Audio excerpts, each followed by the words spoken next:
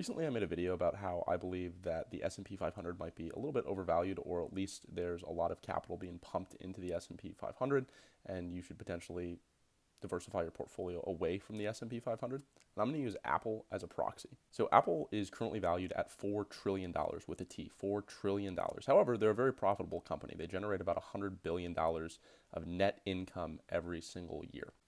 They're also a growing company, which means that every year their income tends to increase, or at least on an average annualized basis tends to go up.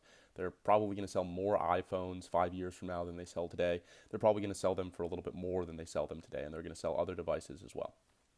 The consensus among the street is that they'll probably grow somewhere in the neighborhood of 5 to 10% in annualized revenue every single year on an average basis.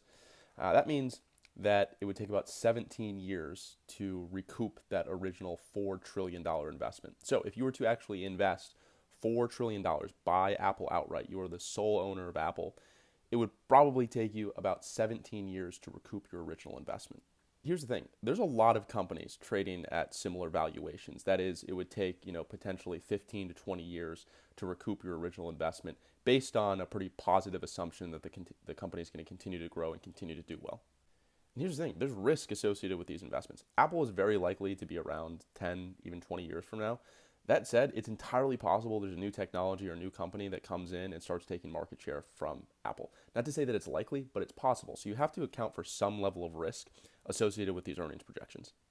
Yet, even with that risk, Wall Street is okay owning this asset for the next 17 years, conceivably, to simply recoup their original investment. I contend that Apple and many of the other companies that make up the S&P 500 are overvalued, or at least overvalued by historical means. And so, of course, everything's relative. You have to compare the value of Apple against other stocks, other assets, and by those comparisons, it's not really overvalued.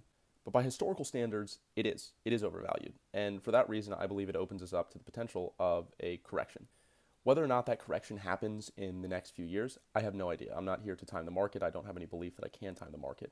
What I can say, though, with some level of confidence, is that there's a strong, or at least moderate possibility that we will see stagnation in these assets over a extended period of time, potentially, again, a 5 to 10 year period.